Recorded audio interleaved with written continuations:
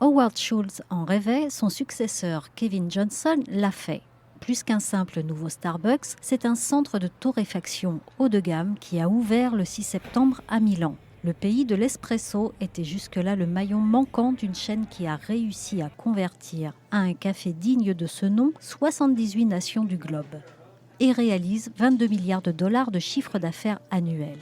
La légende maison dit pourtant que la saga a démarré précisément à Milan en septembre 1983. Howard Schultz, alors récemment recruté au marketing de Starbucks, après diverses expériences, y est en voyage d'affaires et a, dans un bistrot sans prétention, une véritable révélation.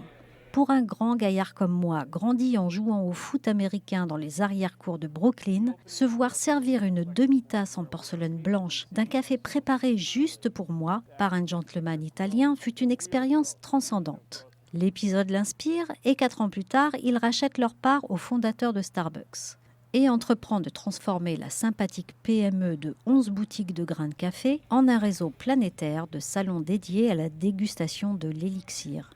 L'empire Starbucks compte aujourd'hui quelques 28 700 salons et 350 000 collaborateurs dans le monde. À la fin des années 80, rares sont les Américains à avoir jamais dégusté un expresso en dehors d'une fin de repas dans un restaurant de luxe ou d'un voyage en Europe. L'innovation à la Starbucks représente depuis un cas d'école étudié en marketing. Aujourd'hui, c'est en Chine que prend le mieux l'offensive du roi du latte. Depuis son arrivée à Pékin en 1999, la chaîne y a pris de l'avance sur tous ses concurrents au point de s'emparer de ce gigantesque marché. L'objectif est de doubler le parc pour atteindre, en 2022, 6000 cafés dans 330 villes. En Chine, un Starbucks ouvre toutes les 15 heures. Elle représente un relais de croissance crucial au moment où les ventes américaines reculent face à la vitalité de la concurrence. Starbucks souffre aussi de n'avoir jamais réussi à se diversifier et ne tire que 20% de ses revenus de produits autres que le café. Dans ses mémoires, le puriste Howard Schultz reconnaît avoir, en 2003, sabordé l'offre de sandwichs chauds au fromage servie dans certaines enseignes américaines. L'odeur de la mozzarella ruinant l'arôme du café.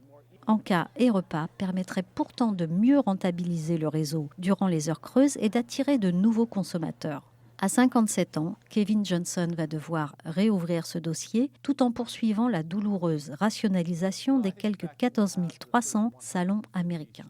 150 fermeront cette année, notamment dans les grandes villes où la cannibalisation entre Starbucks est manifeste.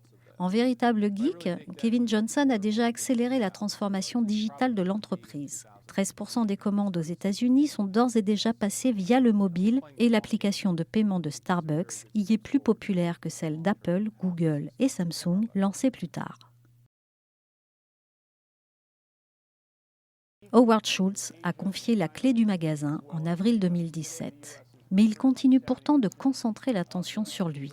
A-t-il à 65 ans l'intention de se lancer en politique du côté démocrate, voire de défier Donald Trump à la présidentielle de 2020 ? Beaucoup d'observateurs n'en seraient pas surpris. Il fut conseiller officieux d'Hillary Clinton lors de la présidentielle de 2016 et possède une fortune de 2,9 milliards de dollars tirée de ses actions Starbucks. L'ex-businessman devrait annoncer sa décision dans les semaines qui viennent.